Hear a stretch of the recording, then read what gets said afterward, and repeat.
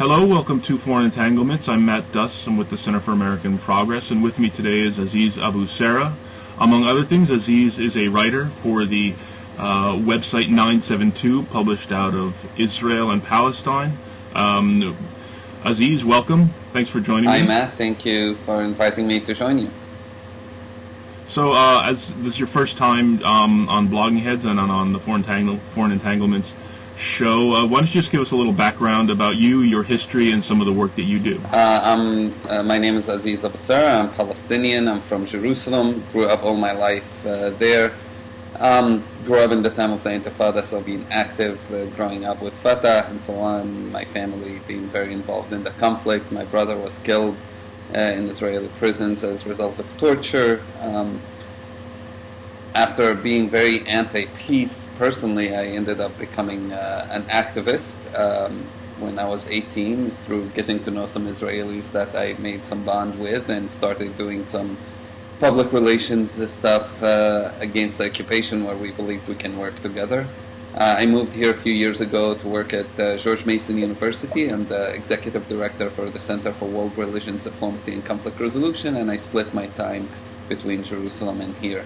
In addition, I do a lot of tourism that's aimed at conflict resolution in the area, where we take groups with Majdi tours that I co-founded to Israel-Palestine. So just tell us a bit about those tours, because I think that's a really interesting and admirable endeavor. Well, the idea was I've watched always people going to there either with Israeli companies or Palestinian companies, and it seemed that they went with a group that would never challenge any of their perceptions. And we wanted to, and if you go with an Israeli company, you'll hear more of the Israeli narrative. You hardly meet any Palestinians. And if you go with some Palestinian companies, you'll see the same thing on the Palestinian side. So what we wanted to do is to present something different, and we thought the best way to do that is to have two tour guides for each trip. One Israeli, one Palestinian, and they walk with the group the whole time, telling their own stories, their own narratives, the main narratives in their own communities, and trying to present them to the people coming to show them the sides and not just tell them the side they want to hear, and meet a lot of peace activists, meet a lot of people who engage in doing good work in the ground. So we're trying to help people to engage, to explore, and to really become part of the solution instead of being part of the problem. Great. Let's turn to. We're a little bit late on this because we wanted to originally do this this dialogue last week, immediately in the wake of Mitt Romney's big culture comment about Israeli versus Palestinian culture and the reasons for economic success in Israel versus Palestine. You were in the region last week, and we had some problems and couldn't make it work, but I'm glad we can talk about it today, even if it's a few days later. How did you hear those comments from Romney, the people you talked to over there in Palestine? I think we saw, reactions from Saeb Erekat and others, but I mean, what was your sense of what Romney said and how it was perceived? I think what Saeb Erekat said was pretty much a notion most Palestinians have, is that Romney was being arrogant, that he completely brushed away the Palestinians. He didn't really see the Palestinians that live in Jerusalem. The comments he said were extremely offensive. To talk about Palestinians, their GDP not being as great as the Israeli one, without talking about the occupation, without talking about the realities on the ground, without talking about the restrictions they're going through, it's really offensive. Now, what also was interesting to me is how he didn't even use the right numbers. When he talked about Israel's GDP numbers and Palestinians, he had totally wrong information. He didn't do his homework, and he started by saying, I read a lot of books coming to here, but he didn't really do his homework. He talked about Palestinians having GDP $10,000 per capita. That is extremely wrong. According to the World Bank, it's about $1,500 West Bank in Gaza. And the Guardian called him on it the next day. So he didn't even call the right numbers to start with. And then he went on to talk about how God basically is favoring the Israelis or the Jews versus the Palestinians. So most Palestinians looked at it as very ignorant, very offensive, but at the same time, somewhat expected. Yeah. I think what you say about the fact that he just didn't really even see the Palestinians is right on. I mean, I think this unfortunately it's typical of the sort of narrative we often get here in the U.S., especially on the right. It's a kind of redemption story in which Palestinians are sort of inconvenienced. Right. I mean, I wrote a piece for Peter Beinert's Open Zion blog a few weeks ago, responding to David Bragg of Christians United for Israel, and made that same point, is that he was explaining why Christian Zionists believe what they do, and he did not mention Palestinians at all in the piece. Mm-hmm. I see that echo, because I think this really, a lot of people have said, this is, part of the ongoing Republican effort to reach out to Jewish voters and peel Jewish voters away from Democrats. But I saw this trip by Romney as much more of an effort to shore up Christian evangelicals who've had doubts about him, who aren't all that comfortable with his Mormonism and don't really know what he's all about. So I think it was more about that than about Jewish voters. I completely agree with you. I think although he wanted to reach out to people like Adelson and other donors, mm-hmm. I found it interesting that he did a fundraiser, for example, in Jerusalem, and maybe it's a discussion I'd ask you about. How many times do American presidential candidates go overseas to fundraise from Americans who live in other countries? Mm-hmm. And that's very rare. But putting that aside, mm-hmm. almost everything he said was reaching out to the Christian Zionists, to the evangelical groups in the States. This whole idea that the Jewish character in Israel is some kind of biblical character, romanticized, where they talk mm-hmm. about, the Jews coming back, completely ignoring that Palestinians exist, and if they do talk about Palestinians, trying to show them as also a biblical character, going back to the Philistines, which is problematic because the Bible talks about massacring these people, and therefore it's okay if 10 or 100 or 1,000 of Palestinians killed, it's fine, because it's a biblical war. It's not really real. It's somewhere from 3,000 years ago, and King David and King Solomon and so on. And he was playing those, when he talked about the hands of God being involved, he was reaching out to these groups. Right. No, I do think that we have to make a distinction between, it's one thing to say that, Jews have lived in this land for thousands of years and have had a civilization here, and quite another to say that it's part of God's plan that the Jews take over all this land and kick out its indigenous inhabitants and drive them wherever into Jordan. I think those are two different things. With the former, I think it's quite true to say, yes, Jews have lived here for millennia and they have a history here, and this is part of their national consciousness. But it's quite another to start introducing scriptural justifications for political acts, which I don't think is healthy, whoever we're talking about, whether we're talking about Hamas or Iran or extremist settlers who see a biblical, a sacred justification for the acts of violence. I absolutely agree with you. I think the problem is when these groups, for example, come to Jerusalem. We talked about tourism. A year ago, I read an article by somebody from a professor from Moody Bible College in the States, and he was with a group of his students. And he talks about going through Galilee and looking at the Arab settlements that Israel allowed for these people to live within its borders, and how gracious Israel has been to allow these people to move in.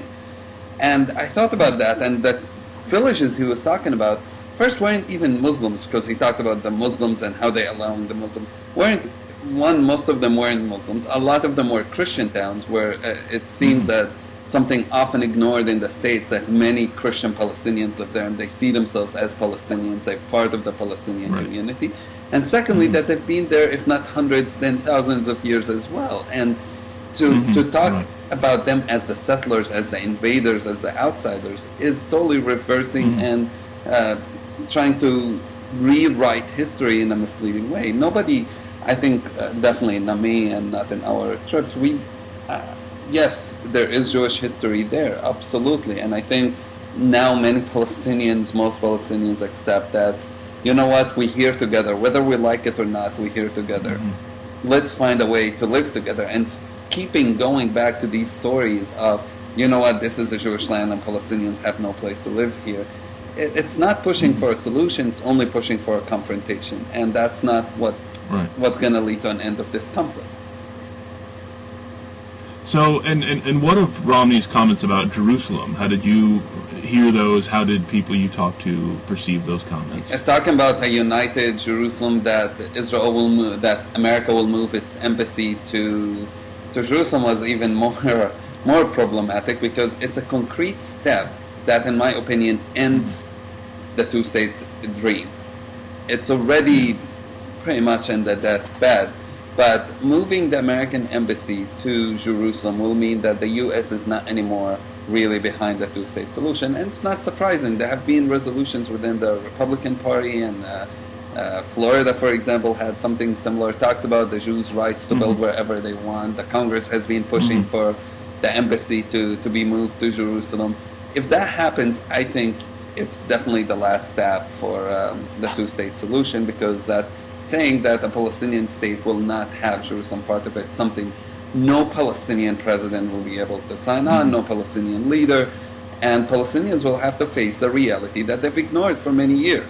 One is that the United States is not a fair broker, and they giving the whole peace process to the Americans to be in charge of was a major mistake, and we're paying the price for it. And the U.S. now, if Romney wins the elections and he moves really the embassy to Jerusalem, this is the results of that policy. Well, he won't. I mean, that's one of the weird things about this whole little kabuki is, and I don't know if he specifically said in the speech that he would move the embassy. He just recognized it explicitly as Israel's capital, as a way of, distinguishing between the Obama administration, which, like all previous administrations, has kind of, has tried to finesse that question, precisely because, yes, it's seen as one of the final status issues that has to be negotiated between Israel and the Palestinians. But still, I mean, it's one of these things that candidates, even Obama himself as a candidate, when he spoke in front of AIPAC in 2008, made reference to Jerusalem as Israel's eternal and undivided capital, and then had to walk that back. But, once in office, all presidents do, what they've done since '67, which is not move the embassy and use the, their power of, to defer to, their power not to follow Congress's dictate on this. And I predict that's what Romney would do as well. I might be wrong. I mean, who knows? Times change. But I mean, that is a consistent pattern, is that politicians often use this as a political instrument, the Jerusalem issue, I think quite irresponsibly. And then once in office, they do what previous presidents have done. I think we're living in a bit of a different time than even 4 years ago or 8 years ago. I think more and more Palestinians are getting tired of the idea of the two-state solution. And as somebody who's always supported it, it's starting to... Many Palestinians are starting to see it as a myth, as something that will never happen. It's something that buys Israel time to build more and more and more settlements, and that we've made a mistake by changing in 1988, when Arafat changed the Palestinians' position from saying we are for one democratic Jewish Palestinians, Muslims, Christians, whoever, all together, to two-state solution. As settlements grow, as the United States proving its failure and inability to really be a fair broker, as Europe completely, they politely criticize the occupation, at the same time they upgrading Israel's relations with Europe economically and so on. Palestinians are starting to think, wait a second, are we being, in Israel they say fraya, or suckers here, are we being idiots for really doing this? And the younger generation is changing very quickly, and Romney's speeches to many Palestinians is another proof that Americans are not really interested in ending this conflict, that they're interested in internal politics. Yes, what's important is to win the elections, and they will not, no American president, definitely not in the first term, so if Romney wins, we're going to have to wait another few years, is going to push Israel to make any difference. I'm not sure really Obama's second term is even going to be that much greater. Clinton's second term was not much better than the first term. Actually, to many Palestinians was much worse. So it's not very bright at the moment, the way Palestinians see it. No, I mean, and you obviously know this much better than me, but that does, it tracks very, very closely to the stuff that I've heard, both from young Palestinians who I think you and I have met with together and separately, and also, with people I've spoken to. Interestingly, I wrote about this after coming back from a trip there last summer. Speaking to people close to the security services that are being set up by what's known as the Dayton Forces, the Office of the U.S. Security Coordinator, General Dayton, right. Setting up security services under the PA that have done quite a good job in coordinating with Israel to control terrorism. Even young Palestinian men who have gotten jobs in the security services and are training as officers ostensibly to serve a future Palestinian state, overwhelmingly, according to the people I spoke to, they just don't believe that state's ever going to happen. Yeah, and many of them are wondering if their existence as a policeman and there is serving Israel instead of serving the Palestinian. Right. Look, even Palestinian leaders are saying it. I mean, if you heard recently, Saab Ariqat, Mohammed Ishtaya, these are the Central Committee leaders in Fatah, and they saying the same thing. They're saying we are slowly becoming a hand of the occupation, and we can't keep our legitimacy for a long time. And they're right. I think they will not continue to be able to control the ground. Sure, with security and with guns and so on, but that's not going to last long. Palestinians are getting more and more frustrated, and there is a lot of changes. Most Palestinians are young, like many of the Arab world. You have 60-70% of Palestinians are under 35, and that change of demographics is going to hit on very soon. And Israel doesn't realize it. America doesn't really realize it. It's kind of like the first Intifada, where until 87, there have been all these efforts, and Israel said, we have time. We're not in a hurry for a solution now. The moment the Intifada started, then they called King Hussein and said, let's make a deal, when it was very too late to do a deal at that moment with King Hussein. And so on is the same thing is happening now. They're saying, well, we have time, the two-state solution, sure. I talked to many friends, even on the left in Israel, like, things are better for Palestinians now, economy is better. Well, we have some time, it's not great, but we have some time. And they're being deceived. We don't really have much time because there's not much to negotiate over soon. I want to get back to that, the prospects for the two-state solution. But first, just turning back to Romney quickly. One of the things I was kind of pleasantly surprised at, is that these sort of dumb, offensive comments that he made led, interestingly, to one of the more interesting conversations about this issue, the occupation, that I've seen in Washington in quite some time. I mean, first you had, the fun prospect of the people that Romney quoted as justification for his cultural argument. People like Jared Diamond coming out themselves and saying, "No, you really didn't get what I'm saying," which, as Dan Jesner, I think, cited that as an Annie Hall moment. I don't know if you remember from Annie Hall, where Marshall McLuhan steps out and says to the pontificating professor, "You know nothing of my work." But being forced to talk in D.C. about the fact that there is still an occupation and that it still exacts daily hardships on Palestinians, that's something a lot of very conservative pro-Israel supporters would rather never talk about. In fact, there is a very, very strenuous effort to hide the impact of the occupation from people in D.C. and America. And ironically, Romney, in trying to kind of burnish his pro-Israel credentials, lit off a conversation about that. Yes, and I think because hiding the occupation is almost impossible. I mean, it's there, it's been there for many, many years. The problem with it is because it's been there for many years, people are somewhat getting used to it. But slowly there are more and more people. Palestinians are doing a little bit better. The Friends of the Palestinians doing a little bit better at bringing the voices of Palestinians here to Washington, being able to explain what really is going on there. Also, that the fact that, you mentioned earlier the security, that the Palestinian Authority has been doing incredible work trying to keep Israel secure, yet in the same time are not getting anything in return, keeps coming back. And according to U.S. security, according to Dayton, according to Israel security forces, that the Palestinians have doing outstanding job in keeping Israel secure, yet in the same time they're not getting anything back they're still getting the checkpoints, they're still getting the same restrictions. Actually, they're now getting also punishment by not getting the money that was promised to them by the United States, also by some of the Arab countries. So it's not sustainable. And so talking about the occupation, yeah, it's important, but I think it needs to go outside Washington too. It's nice that some people in Washington are able to talk about it, but how do we reach out really to the mass American community, to the Christian evangelicals that we've been talking about? Because many of them hold the views they hold because they have no idea what they're talking about. And as somebody who traveled, I've been to West Virginia, to Texas, to Georgia, to wherever you want to call it, where a lot of people hold these views.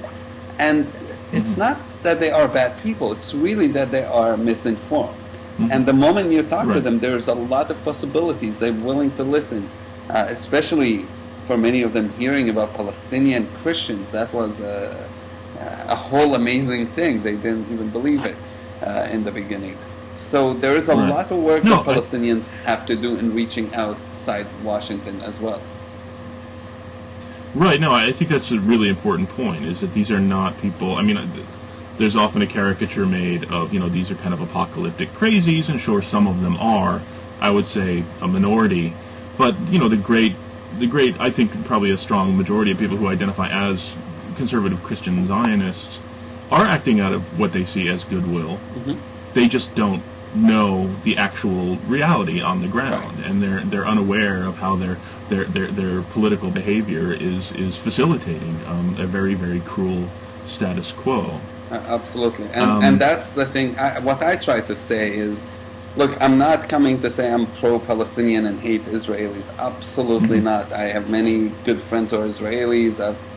I did a surgery that saved my life in Israel, so I have a lot to be, it's not a black and white thing. But I'm saying if you really want Jews, if you care about Jews that much and you want them to live in peace and in security, then you also want the Palestinians to live in peace and security. And to think that if Palestinians are happy, then Jews must be suffering is wrong. And to make Jews happy, you must make Palestinians mad and sad and occupied and oppressed.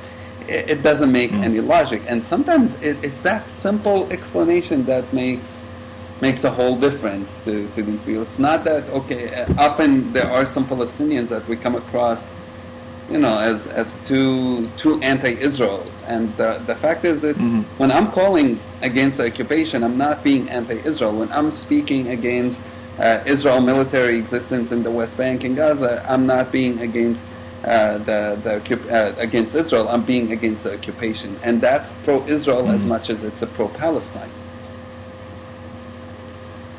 Moving on to the prospects, we started to talk about the prospects for the two-state solution, a negotiated end to the occupation.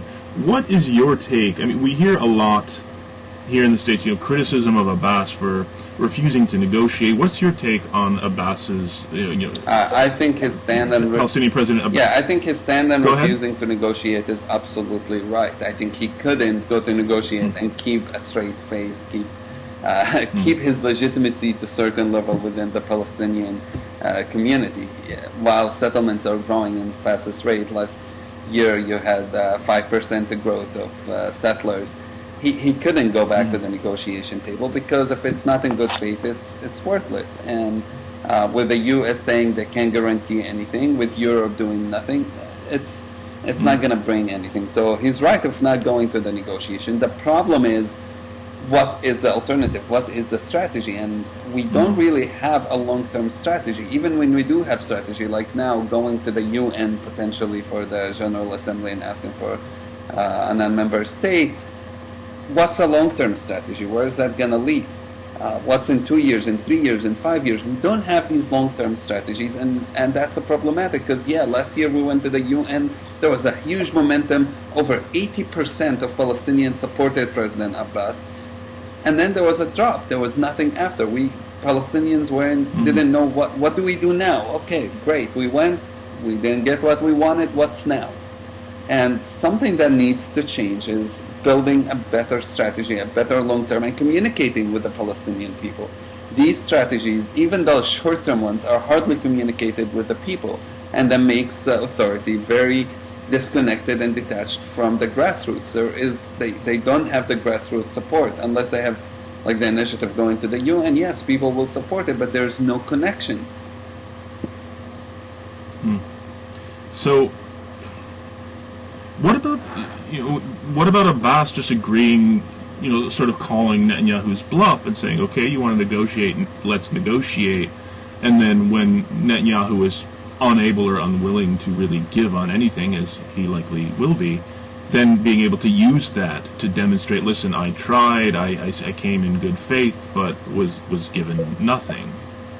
Couple things. One is, since 93, Palestinians have negotiated like this, and every time it was, come on, one more time. Even, in 2000, when Arafat went to Camp David, that was the idea, and then Palestinians ended up being blamed for not accepting whatever offer Barak is given to them. So it's possible we'll go to negotiations now, and then Abbas will be seen as a guy who refused whatever Netanyahu will be willing to kind of graciously offer him.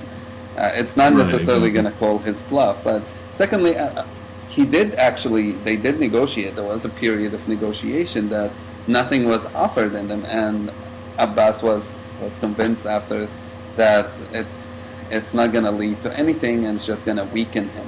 Actually, in a meeting, I heard one of the Palestinian officials say that they're very convinced there are two things that don't change in the world. One is God, he can't change, will not change, and the second is Bibi Netanyahu. He doesn't change. Whatever he thinks he's going to continue to think. It's too bad, in my opinion, that he wouldn't come in public. The whole push for him to be pro the two-state solution was a mistake, because it's obvious he doesn't believe it. He never believed it, and the push for him to say it and not believe it did not help the Palestinian cause. It's better for us if he comes out and says, you know what, I don't believe in two-state solution, let's figure out a way to live in one country. If that's what he wants, then let's negotiate about that. Right, well, it's pretty clear that the people close to him, the people in his coalition, the people in his own Likud party, don't believe that. They have said so publicly. Right, the Speaker of the Knesset is one of them, Rivlin, who talked very openly about the one-state solution. So if that's where we go... Moshe Ya'alon, the Strategic Affairs Minister Moshe Ya'alon, has said, our strategy here is to just slowly turn away from the possibility of a Palestinian state. Right. And yet it's so interesting how none of this is ever treated as evidence of anything. It's always kind of like, oh, isn't that interesting? Whereas, every shred of some Palestinian saying something similar is treated as yet more evidence of the Palestinians not being serious about it. Right. Well, when a Palestinian talks about it, it's viewed as we want to throw the Jews somewhere else, which has never been the PLO position. You can go and look at earlier statements from spokesmen of the PLO. They've always talked about a state with Jews, Muslims, and Christians. They didn't say we want a state just for us and kick out the Jews. Yet when an Israeli says it, and often many of them do talk about transfer of Palestinians to Jordan, it's viewed as like, oh, well, it's their opinion on what they want. But when a Palestinian says it, it's right away anti-Semitic, even though it doesn't talk about, we want to...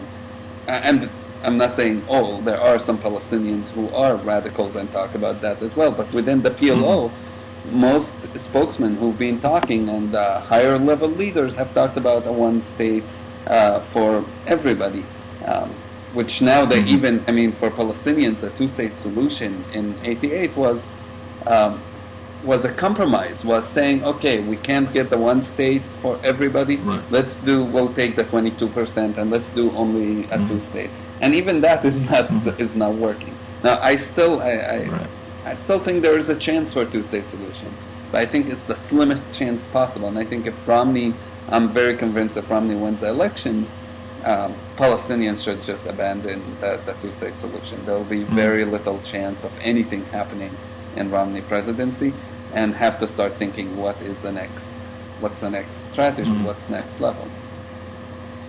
So let's kind of finish by talking about that. Say the two-state solution is gone, the possibility of that. There was an op-ed in the New York Times a couple of weeks ago by Danny Dayan, the head of the Yesha Council, the political arm of the settler movement in Israel, who said basically, listen, two states is a dream. It's not going to happen. The settlers aren't going anywhere. Everybody just needs to get used to this idea.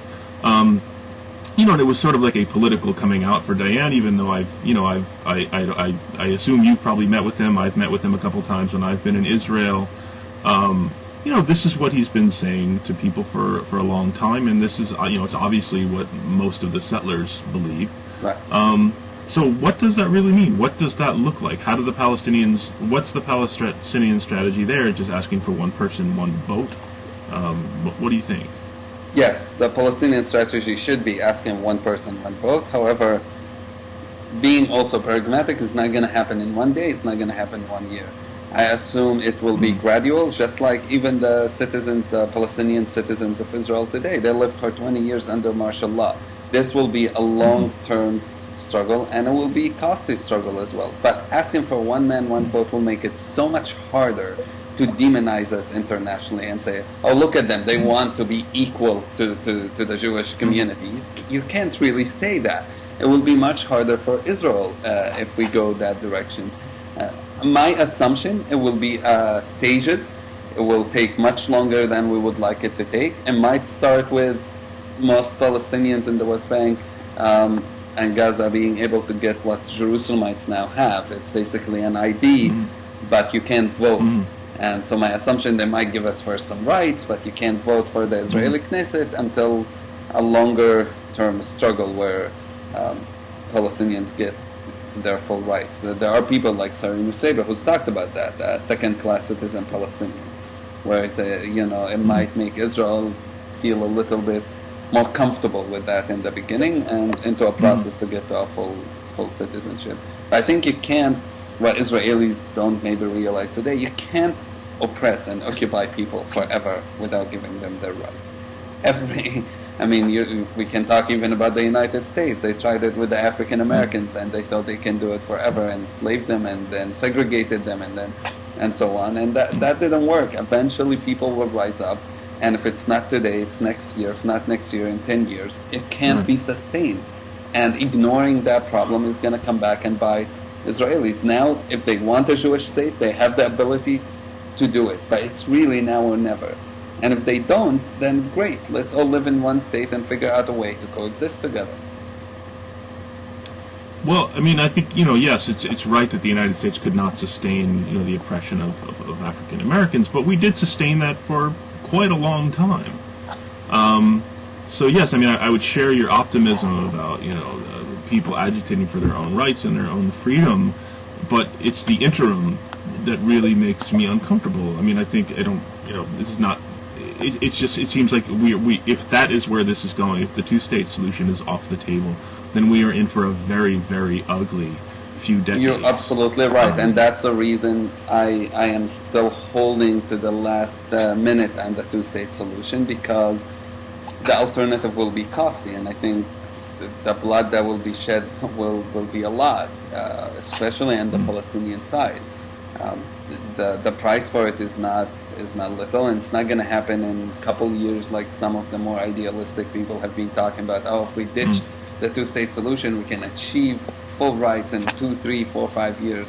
It's not going to be short. It's going to be a very long struggle, and it's going to be very costly. But if the two-state solution is off the table, that is in some ways the only alternative. And unfortunately, with the way things are going today, it looks like we are going there. As much as I like to deny it, others like to deny it, I think that's where we're heading. We have very short windows. So hopefully and my hopes are very, very cautious, if Obama wins the next election, that he will be able to make a real push instead of the last term.